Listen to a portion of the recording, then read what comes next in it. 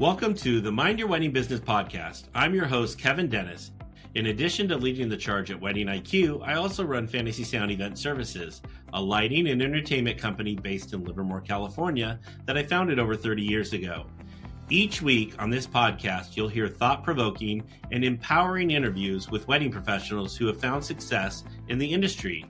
If you're a business-minded wedding pro who loves love, but also cares about their bottom line, buckle up and get ready to learn from a new industry expert each week.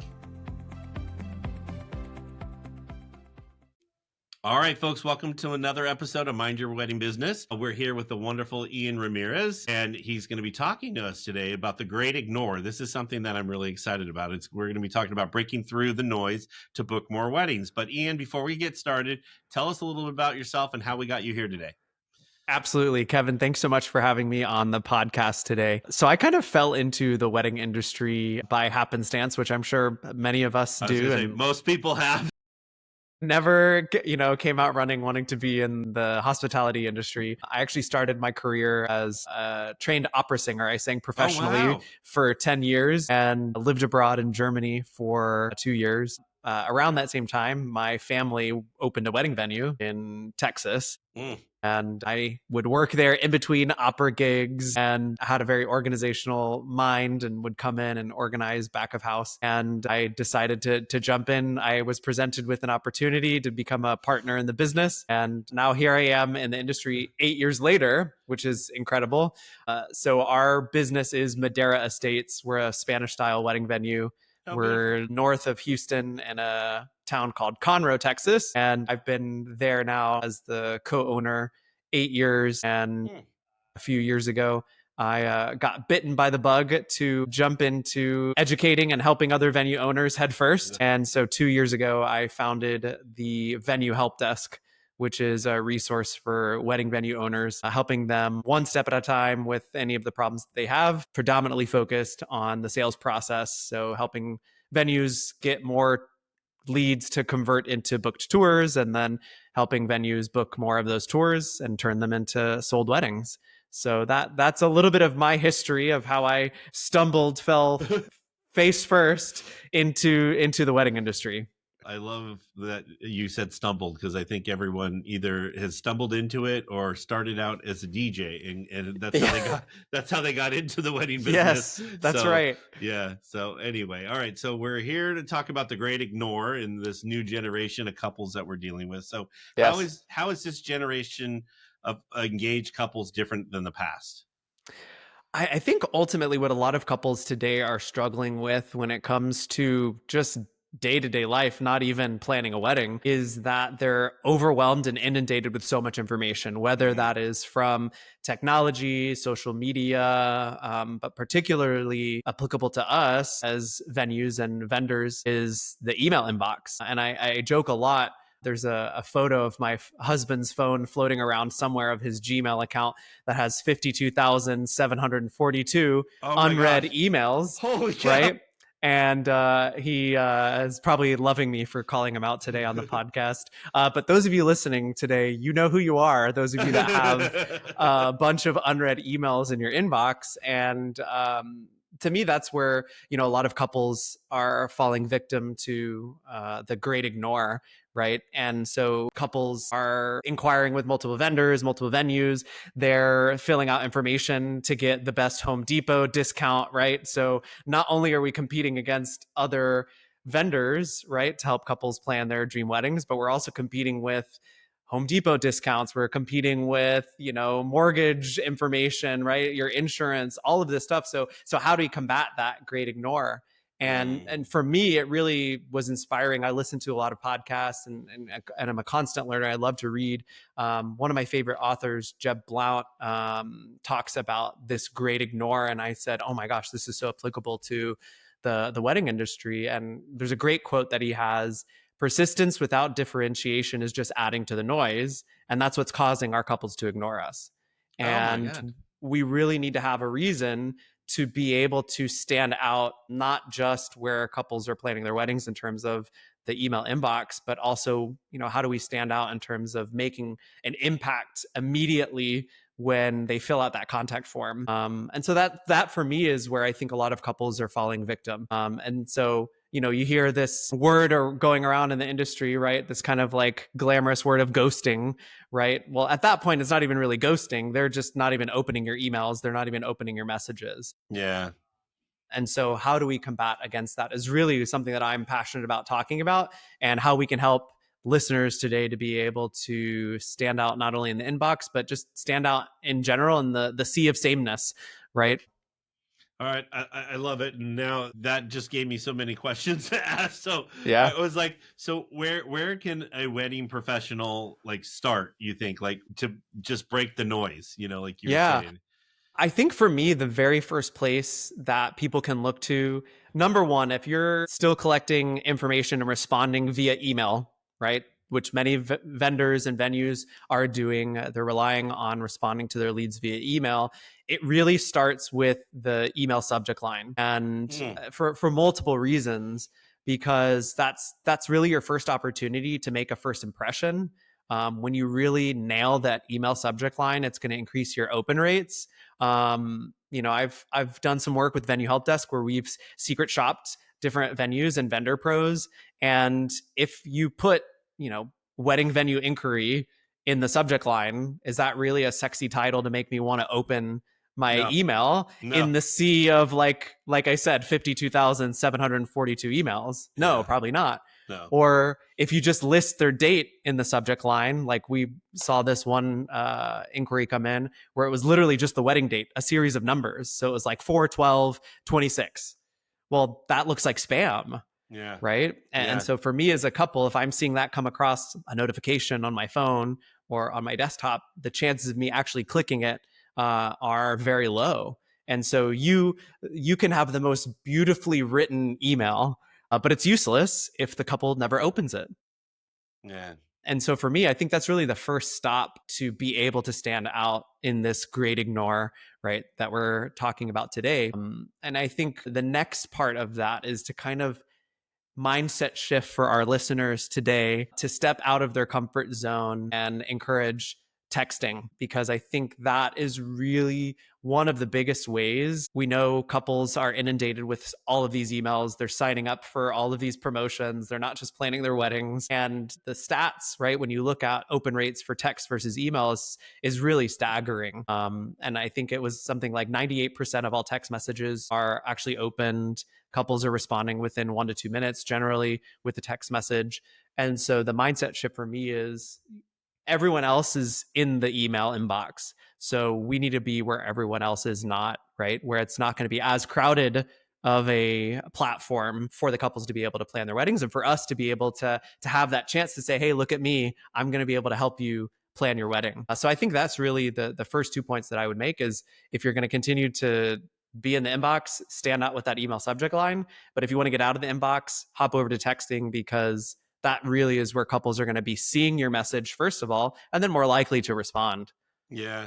And I agree, because that's kind of where I have a 21, almost 22-year-old. And if I want something from him, I text. I don't even call. I don't do anything. Yeah. I'll get a response so much faster texting him than I would by any other way. And so, yeah, I mean, he's close to this, the age of the folks that we're planning weddings for, so it just, that's that generation. They would rather text. I even remember when they were younger, his friends would be sitting there, they'd all be in the same room, and they're not even talking to each other, they're texting each other. And I'm like, you guys have mouths, open up, like I was like, communicate. Is this real life? Yeah, I was like, right? What's going on? So you're in the same room.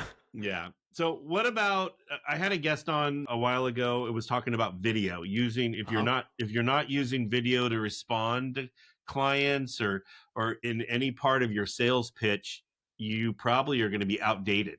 So give me your thoughts on video and using it with this couple. I love using video to be able to, again, stand out. It's all about differentiation. As Jeb Blount so eloquently said, right? Persistence without differentiation is just adding to the noise. Yeah. And so doing something as simple as recording a video I like using Loom. We Yeah. actually use Loom to send appointment reminders for tours at our venue. Huh? And so we'll record a short little video that says, "Hey Kevin, I'm super excited to welcome you to Madera Estates on behalf of our family. We can't wait to meet you. We'll have a glass of our homemade sangria waiting for you when you arrive." Huh. Super short and sweet, but the chances that somebody else is actually sending them a video is so slim, Yeah. right? And Yeah. immediately you're setting yourself apart from all of these other vendors, all of these other emails that are coming to them. And I love using Loom because then you can go back and see if they've actually opened it. Oh, Uh, you can see if they've watched it. that's really good. So when they come in, and then yeah, you have a little bit more intel as they come in. Yeah. So what about the couples that want to go through Instagram? Like there's one of the older vendor friends in my market that just like they want to just DM me, and she gets all freaked out about it. Like Yeah. what about meeting them on Instagram? I'm here for it. I think the ultimate name of the game is speed is king. Wherever we can get back to them the fastest, I think will be the most reliable source for you. So I mean, if they're starting a conversation in the DMs, let's get in the DMs then. Let's Yeah. respond to them there quickly. You can use those saved Instagram replies to be able to get back to them as soon as possible. But this generation, really, they're going to be searching where they're going to responding rather where they're searching you. So they're looking on Instagram, right? Yeah. So the easiest thing is if you have a call to action on there, send us a message. Well, yeah, we want them to do it there versus, okay, we got to hop them over to our website to get some more information from them. So the vendors and the venues that I think are really succeeding right now, particularly with this generation that is so hesitant against any sort of sales pressure, right? Yeah. I think we Yeah. want to make it as easy as possible for them. I also have this analogy for the current generation of couples, these Gen Z, as the just looking generation. Kevin, have you ever been shopping at a department store? Yes, of course. Yes. Yes. Okay. Yeah. So when you're picking out, let's say, your new pair of slacks or a sweater, Yeah. and you're trying to decide, which one do you want, and you've got a sales rep that you see out of the corner of your eye, and they start walking towards you, and you're like, oh my gosh, I don't want to talk to them, right? And they ask the dreaded question, right? Yeah. Can I help you find anything today? Yeah. What oftentimes is your response? Well, I'm older. I usually encourage it because Yeah. I feel like I don't. I'm like, especially if they're younger than me. I'm like, all right, what get opinion. But that's me because I'm older. But I think the other ones want to like my son would run away. Like he would Right. not. Yeah, yeah, exactly. So It's that immediate sales pressure, right? And yeah, we find that a lot of these couples are going to respond even when I'm shopping, right? yeah, I don't want to be bothered. There's nothing particular that I'm looking for. So I say, oh, I'm just looking, yeah, yeah, right? I'm just browsing. And so I like to dub this current generation of couples that is getting married that just looking generation. But that comes back to my point of that initial sense of sales friction, yeah, right? Or seeing you as a threat, right? Even though I'm not a threat. I mean, me coming up to yeah, you, how can you not like me, right? I'm a yeah, nice exactly. guy, right? But he's coming in for the clothes. Yeah, So for me, it's like, how do we reduce that barrier to entry for our couples? And I think when it comes back to what you mentioned about the DMs, we want to make it easy for them. We want to showcase ourselves as, really a resource and guide to them. We don't want to be that used car salesman that's coming up to them and just saying, hey, get on the call, hey, let's get information, how can I help you? And it really brings me to my other point of how couples, I think, or how we can help couples stand out in that great ignore, is we need to consider ourselves more of that resource and guide. And how can we change the mindset of friction into guidance? And for me, really, that is the opposite of friction, is guidance. mm-hmm. And so, as vendors, as venues, how can we add value to their planning experience? How can we show ourselves almost as like Yoda, right? Yeah. To their Luke Skywalker. So, any Star Wars fans, Kevin, are you a Star Wars fan? I love Star Wars. Yes. Yeah. Yes. So I love Star Wars. I see your Yeah. stormtrooper back there on the Yeah, shelf. I do have one. I like to think of ourselves as Yoda, and we want to be able to help the couples navigate this galaxy of wedding planning and be that helpful guide. And I think where a lot of venues and vendors go wrong is that they think that their service or what they do is the hero of the story, when in reality, the hero of the story is the couple themselves. Yeah, you're And so right. we're that little Yeah. Yoda person that comes in and we're saying, oh, we're going to help you overcome, whatever stress you're having. We're going to help you overcome by sharing, a blog post about how to find your favorite photographer in Houston. So if I share that versus saying, oh, you need to come see our venue, well, no, I've totally added value to your experience. Here's a vendor list of photogs that I love in my market, and I'm not trying to hard sell you anything. Yeah. And so that's another way that I think we can stand out in this noise is we're not trying to sell you something, but we are going to try to help you. And because when the couples are ready to buy, they're going to come back to you and they're going to say, hey, you know what? I really liked Kevin. He had a lot of great useful tools for me, and he really wasn't coming at me, with a sharp angle close or trying to get me to buy something right away. So that for me is a really great mindset shift for listeners today is be Yoda. Well, and do you think that comes through like trying to educate the couples instead of, like trying to sell them, just trying to help them, like there was a shift about maybe 7-8 years ago where, when the blogging was really going crazy, where everyone was like, Yep. but then people got afraid of giving away too much information, so, but do you think education is key? Absolutely. I mean, you've Okay. even seen a shift in the past few years. Just look at people's social media, Yeah. right? When Yeah. social media became a thing, it was all about look at these beautiful images at our venue, at photographers. Look at all these beautiful photos I take. Well, now you've seen a shift even online with the resources that people are giving. I mean, look at any vendor this week in your market and see how many of them are posting tip reels, how many of them are posting ways that you can save money in their stories, how Yeah. many of them, even in my market with venues, how many of them are giving you the top 5 things you should ask when you're touring your venue. It has shifted, right? And Yeah. it's really about helping this generation that is so overwhelmed, right, by all the information that's coming at them. How can we make ourselves useful to them and not just a hard sell, right, for your venue or your services? So I think education absolutely is a big part of it. Yeah, and we kind of shifted and been doing that with our, social media, and you can see it because we have clients that are like, "Hey, we saw that," or or we even have a B2C podcast that we help couples, we call it Now That Yep. Engaged, How Do I Get Married? And we're helping them, giving them advice, but we'll have couples come into our office and they're like, "I listened to the podcast," and we're like, "Yay!" Yes, I love it. So I guess that's the way to go. And I think that builds a lot of trust with that couple. And I think they're maybe at that point, do you think they're a little bit more open to a sell, like the selling process because you've built a Absolutely. rapport with them? You have. And it Okay. really, I think the secret ingredients, if you're really wanting to break it down to become that guide, it's about having empathy, but also showing authority at the same time. And I Uh, find that a lot of pros, right, in our industry are great at one or the other, right? They're really empathetic.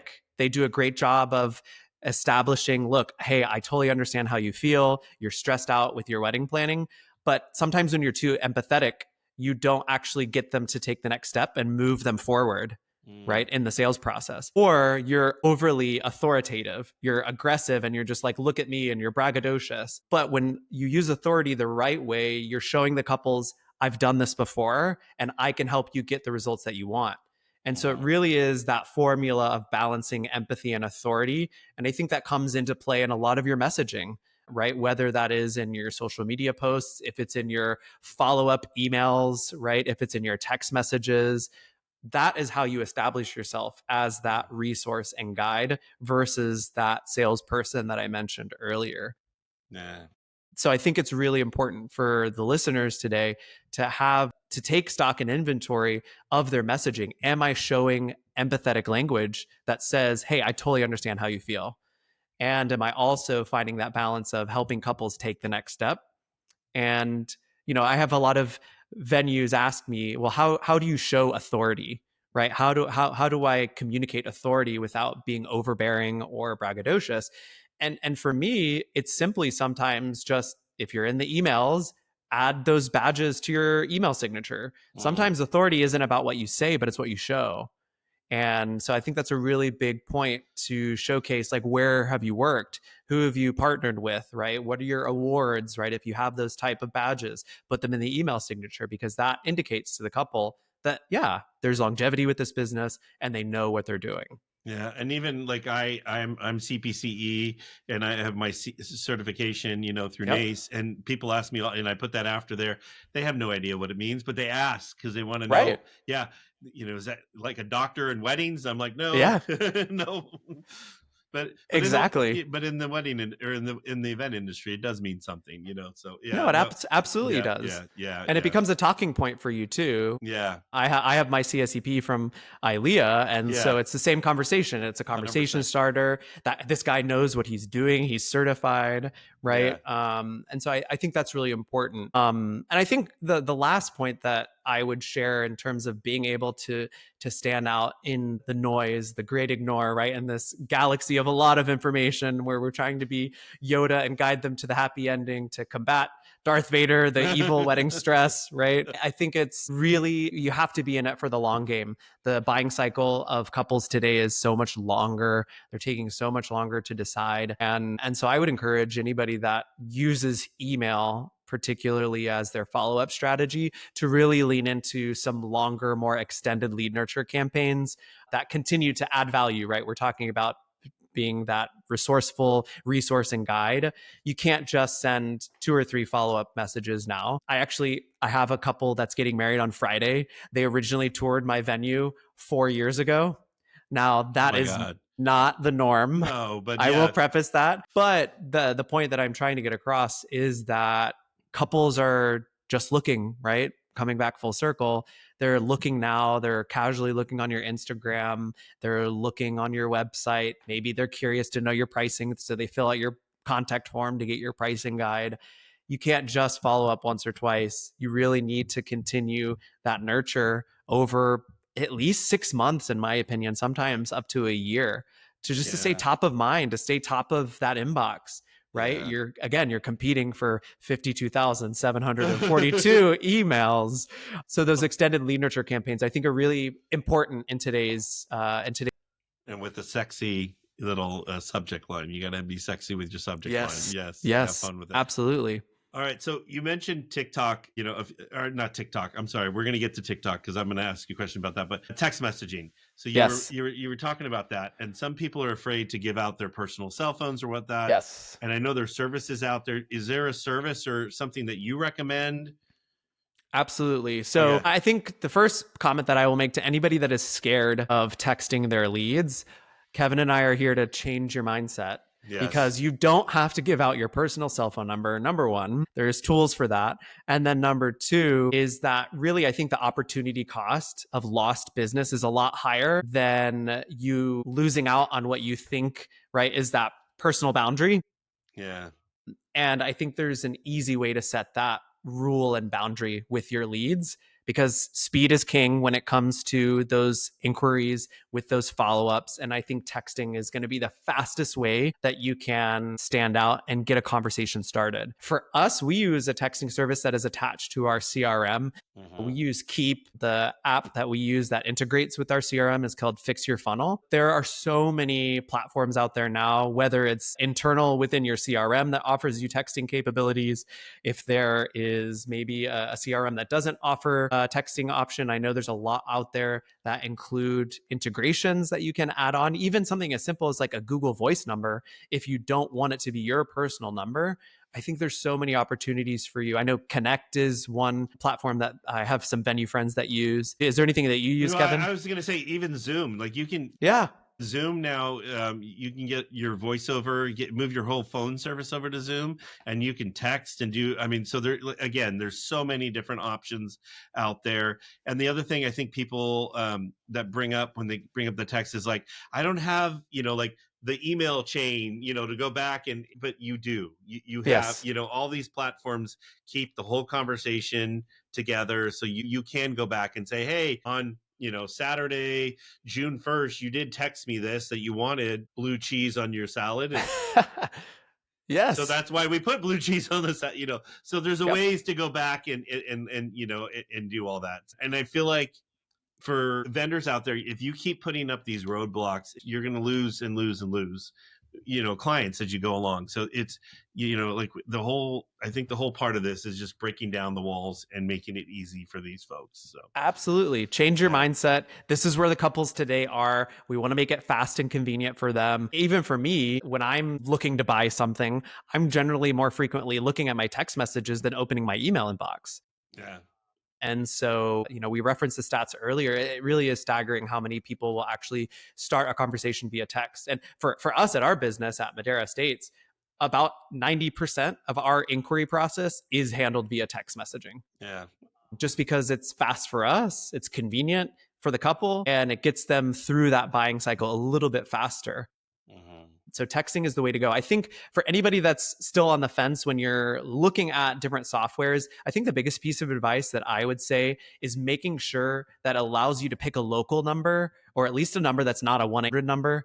I know there's some platforms out there that's the only option they give you. I would dissuade anybody from choosing a platform that only has that, because couples are going to think it's spam. Yeah. So if you are able to get a number that's local in your market, that would be one of the biggest determining factors for me on what service provider I choose. Or like it comes up at like 66 dash whatever, like I just got a rando text today, Yes. and it's like these weird numbers and you immediately think spam. You don't think it's real. So Yeah, yeah. you're not going to open it. No, not by far. All right.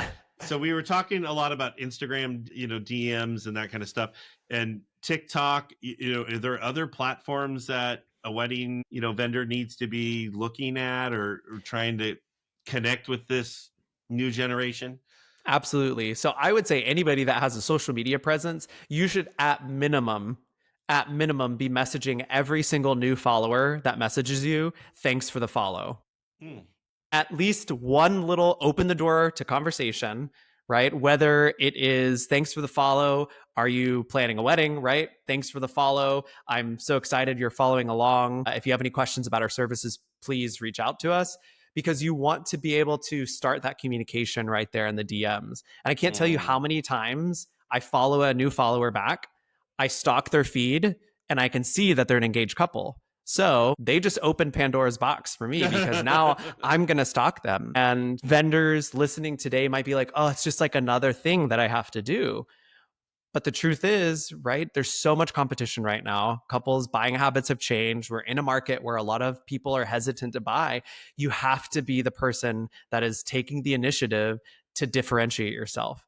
Because if you're not, your competitors are. There is somebody there that is willing to take that extra step to stand out in the great ignore. And sometimes it's right there in the DMs. Follow them back if they follow you. That's easy to do. And number two, even if you don't manually send thanks for the follow, go in and set up an autoresponder, just like your emails. Those of you that are in the email inbox, set up an autoresponder that gets them into your funnel, right? Yeah. Even if you want to do some low hanging fruit, something that's not salesy, thanks so much for the follow. I did that yesterday with a bride, and she said, oh my God, I'm so excited to be following Madera. It's my dream venue. I can't wait to get married there. Oh, wow. So, I mean, then that tells me, okay, well, I'm going to start the conversation, because she opened that door. Yeah. Not every follower is going to be your client, right? It could be a vendor professional. It could be just an eager Nancy that wants to know more information about your business. But if you can at least start opening the door for a conversation, I think you'll be surprised at how many couples actually respond and walk through it to start a conversation. Yeah. Well, and that's because that's how they communicate now with their friends. I feel like the girls in my office are all in the 20 somethings, and a lot Yep. of them DM their friends, Oh, yeah. through Instagram to communicate over sometimes even text messaging. So, yeah. Yeah. All right. Sending goofy memes is the new way to go. So, I Uh, mean, if they're doing that, right, via the DMs, yeah. like, why can't we do it to them too? They're used to it. Yeah. And then it probably makes them even more comfortable. So, yeah. All right. So we were talking about like education, being more with our social media. Do we have to change like our style of communication, you think, with this In terms of style of communication, I think you still want to keep it professional when you're thinking about the actual words and copy that you're using. You still want to showcase yourself somewhat to be the person that is starting a conversation that isn't right away in their vernacular. So I wouldn't say immediately, let's start sending a bunch of emojis or immediately going into any of the Gen Z lingo of sus, cap, no cap, whatever all those words are. I think you can start modifying or adjusting maybe the tactics and mirror their language if they start with that. Right. So if they start giving you 1,000 exclamation points, well, then you can give them 1,000 exclamation points.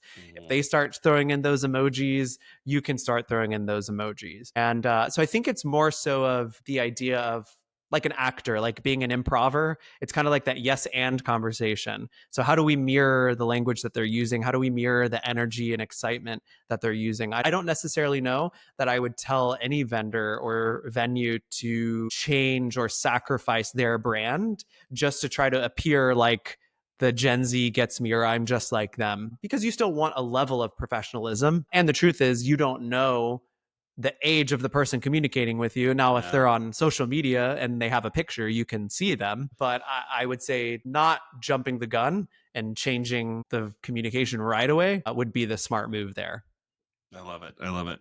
All right. So, like, how can a wedding professional stay up to date with all these changes that, when it comes to marketing or sales? Like, where should they go? Other than there's a million conferences out there and different things, but where do you think they should be going?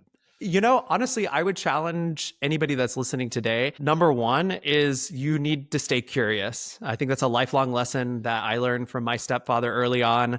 And you need to be constant learners. We need to be constant learners because not only is our industry rapidly changing, but the world around us is rapidly changing. How we receive information, how we communicate, as we were just discussing. And so I would say find your favorite podcast. Maybe it's Mind Your Wedding Business with Kevin Dennis. Find your favorite book and challenge your team to, if you have a team, to do book clubs. That's something that I do with my team on a regular basis. We have a book club I try to do twice a year. Sometimes once a quarter can be a little much. So twice a year, we try to do a book club, which I think is really important. And it's particularly important now when you hear from different wedding pros across the nation where, we're hearing bookings are down or couples are buying differently. You really have to stay up on bettering your business. And so for me personally, if someone were asking me, Ian, what do you do to stay up to speed on all of these things? Podcasts, number one. Number two, I subscribe to a lot of sales letters. Jeb Blount is one of my favorite ones that I like to listen to. Of course, there's conferences out there, but I'm going to challenge everybody today because this might be something that people aren't expecting to hear. You can better your business and get inspiration from businesses outside of our industry. Oh, it doesn't have to be within the wedding space. And I will say two of my favorite pieces of nuggets that I have ever stolen from another industry. I'll share those really quickly. The first of which was from my Botox doctor. I'm selling myself short right now. Okay. Yes, I love to go make sure my frown lines are going away. But one of the things that I stole from them was a question on my contact form. And so I was going to schedule an appointment with my doctor, and I noticed of one of their like 6 or 7 forms, the field forms on their contact form, there was a decision stage question that said, where are you at in your, doctor journey? I can't remember the exact question, but the first one was like, just doing research, actively looking for doctors. I know what procedure that I want, or I'm ready to schedule an appointment. And that kind of was a light bulb moment for me, particularly in the industry where we know there's a lot of not engaged couples inquiring. Wouldn't you like to know if they're not engaged? And so something that I stole from him was basically this question that we added to every single pricing guide download page for me, our contact form.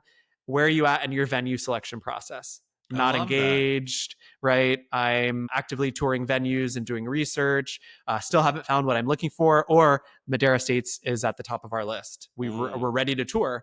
And so that helps you qualify them in a sense to be able to identify how ready are they to come out and meet with me. Are they a hot lead? Are they a cold lead? Just by asking one simple question. So that for me, again, I stole from not in the wedding industry. And that's a game changer because you know exactly coming in that what that inquiry, because with inquiries, it's a big mystery sometimes of where they're at in the buying process. But that one change changes everything that how you're going to sell to them and approach them. Wow, that's amazing. And particularly if you are taking advantage of doing any sort of extended lead nurture campaigns, you can tailor them to those responses too. Wow. So if a couple's not engaged yet, okay, great. Well, I'm going to give you totally different resources than a couple that I know we're the top of their list. So that has changed my business. That is something that I did 2 years ago. I was like, oh my God, I'm going to steal that. And the other one I've been doing for years, I probably pre-pandemic, 2018 or 2019, we were having our AC unit checked out at my house. In Texas, it's really hot over the summer, and our AC was out. And we scheduled an appointment. We were shopping around for different companies, and this one company that came out blew my mind. The day of our appointment, I got a text message an hour before the technician was supposed to show up to our house. And it was a photo of the technician and a little bio of him so we could get to know him before he came. Right. And particularly for maybe anybody that's, a stay-at-home spouse, they don't feel comfortable having a stranger come into their house and looking at their AC unit. What a great way to eliminate a little bit of that hesitation and friction before they even step into your home. And so we've stolen that for our venue, a part of our tour process. When we confirm appointments, we send them a text message of their tour guide with a photo of the tour guide and a brief bio of them. And the bio isn't anything professional. No, it's like, oh, Ian loves Netflix. He is a yogi and was a professionally trained opera singer, super short. But when they come in the door, you have a little bit of talking points, right? They're like, oh my God, you're the opera singer. Or I love Netflix too. And so, Kevin, tell me this. Would you be more willing to buy from someone who seems like an acquaintance or a complete stranger? No, acquaintance, of course. Acquaintance, right? Yeah. And so, again, I challenge anybody listening today, you can steal hospitality hacks outside of our industry. You can steal any of these ideas and get inspiration outside of the wedding industry. So I would just tell you to keep your head up everywhere you go.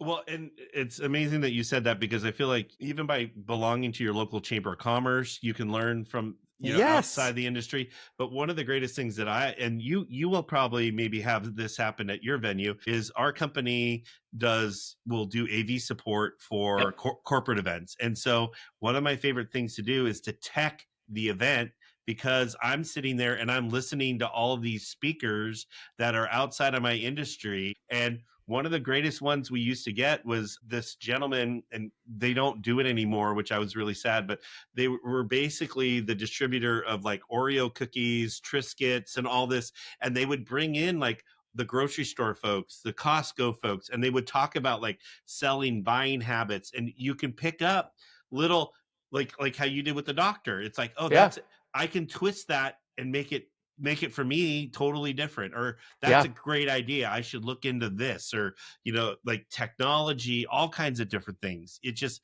and they're paying you, I get paid to sit there and listen to it, but I'm learning along the way. So there's, from listening to, just business podcasts to, books to, opening your mind when you're talking to folks at a networking event. And, don't be afraid to ask how, I see that you do that. How do you do that? Especially if you're not in, you're not talking to your competitor. I mean, I think 100%. Yeah. And I think like I was the WIPA president for a long time. And I got to travel the country. And so I got to meet people all over. And when I would go to like a WIPA event in New York and I would meet someone that did what I did, and I saw something that I was like, how did you do that? Or where did you buy that? Or, because I'm not a threat, and so developing a little bit of a circle of friends outside of the area, I think is good as well. It's so important, especially within the same vendor category. Right. For me, I think some of my favorite things that I have learned are from other venue owners, even in my market. And it behooves us to have those good relationships, not only to learn from each other, but also to help each other when you're in a pinch. right? To be able to call on someone that you know and trust, that knows exactly what you do and the pain points of what you do. Well, I'm sure, is your venue big enough, or do you only do one event a day or only a one event a day? Yep. Yeah. So once you're booked, if you have friends that you can refer and they refer you, I mean, that goes a long way. So yeah, it's very important. Yeah, I agree. All right. Well, Ian, I mean, did we miss anything? I think we got pretty thorough into this. We got a lot. Yeah. We got a lot done. So it's amazing. I learned so much that I'm going to take away from this as well. Yes. Especially what you just said about the doctor. I'm going to steal that because I think that's so amazing when you're talking to them. Are you ready to book, or where are you at? And if you're not even engaged yet, all right, you're not even. I feel like they're not even serious. So it's so true. Yeah. So I've learned a lot. So thank you so much. So Ian, how can folks get in contact with you? Yes, absolutely. You can follow along on Instagram if you're on the socials. At Venue Help Desk is our business handle. And then if you want to learn more about how we can help your venue, you can visit us at venuehelpdesk.com. Or if you have direct questions, you want to contact me directly, you're welcome to send me an email at hello@venuehelpdesk.com. And then if you're eager to check out my venue, Madera Estates, it's at Madera Estates on Instagram, or maderaestates.com is our website. All right. And we'll have all that information for Ian in the show notes, so it'll make it easier for them to contact you. So Ian, I can't thank you enough for being here today. You were absolutely amazing. Kevin, thank you so much for having me on today. My pleasure. All right. Well, folks, thanks for listening to another episode of Mind Your Wedding Business. We'll see you next time. Bye. Thank you so much for tuning into another episode of Mind Your Wedding Business, brought to you by Wedding IQ. If you've got a topic you'd love to hear us cover, or if there's an area of your business you're struggling with, let us know and we'd be happy to help. Don't forget to check out our other episodes on Apple, Spotify, YouTube, or wherever you get your podcasts. And if you're a fan, we'd really appreciate it if you would subscribe and left a review. It helps more wedding pros find us and learn more from our guests too. Thanks again for listening to Mind Your Wedding Business. We'll catch you next time.